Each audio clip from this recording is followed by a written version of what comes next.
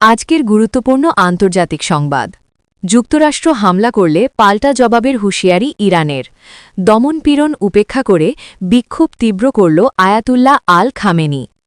যুক্তরাষ্ট্র যদি ইরানে হামলা চালায় তাহলে কঠোর প্রতিশোধ নেওয়া হবে, এমন হুঁশিয়ারি দিয়েছে ইরান।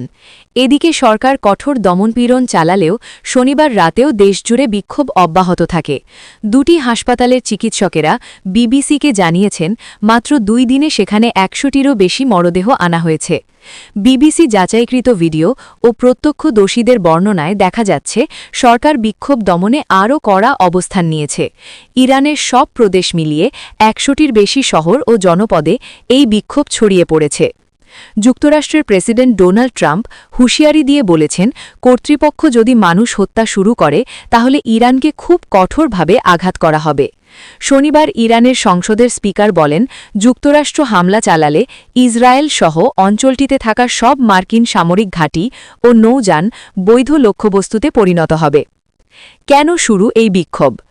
চরম মূল্যস্ফীতি ও অর্থনৈতিক সংকট থেকেই এই বিক্ষোভের সূত্রপাত। তবে এখন বিক্ষোভকারীরা ইরানের সর্বোচ্চ নেতা আয়াতুল্লাহ আলী খামেনির ধর্মীয় শাসনের অবসান দাবি করছে। ইরানের অ্যাটর্নি জেনারেল বলেছেন, যারা বিক্ষোভে অংশ নেবে তাদের খোদার শত্রু হিসেবে গণ্য করা হবে, যার শাস্তি মৃত্যুদণ্ড। অন্যদিকে খামেনি বিক্ষোভকারীদের ভাঙুরচারী বলে দাবি করেছেন। তারা ট্রাম্পকে খুশি করতেই রাস্তায় নেমেছে। শনিবার ট্রাম্প সামাজিক মাধ্যমে লেখেন, ইরান এমন এক স্বাধীনতার দিকে তাকিয়ে আছে যা আগে কখনো দেখেনি। যুক্তরাষ্ট্র সাহায্য করতে প্রস্তুত। মৃত ও আহতের সংখ্যা বাড়ছে। বিক্ষোভ বাড়ার সঙ্গে সঙ্গে হতাহতের সংখ্যাও বাড়ছে। 2 মানবাধিকার সংস্থার দাবি, নিরাপত্তা বাহিনীর সদস্যসহ 100 জনের বেশি নিহত হয়েছে। হাসপাতালগুলোর কর্মীরা বিবিসিকে জানিয়েছেন, তারা আহত ও মৃতদের চাপে হিমশিম খাচ্ছেন।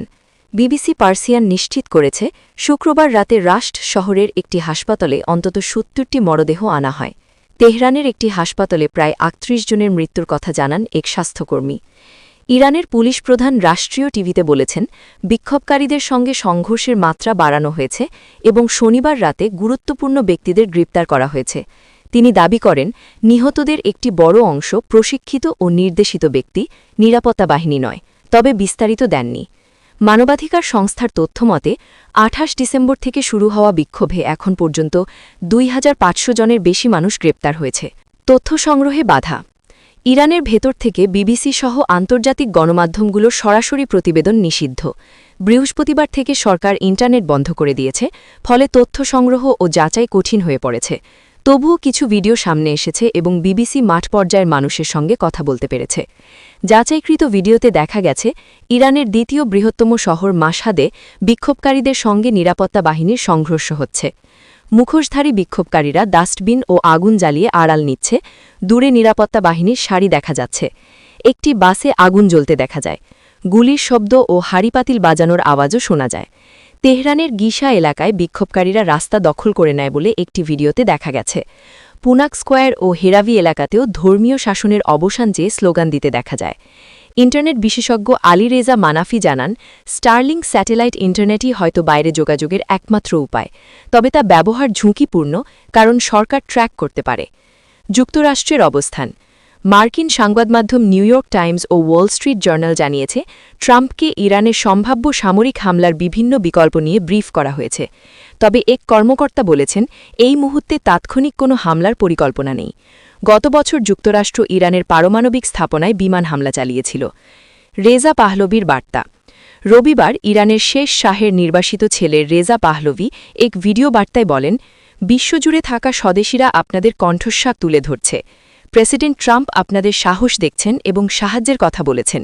তিনি দাবি করেন, ইসলামী প্রজাতন্ত্র নিরাপত্তা বাহিনীর ঘাটতির মুখে এবং অনেক সদস্য আদেশ মানতে অস্বীকার করছে, যা বিবিসি যাচাই করতে পারেনি।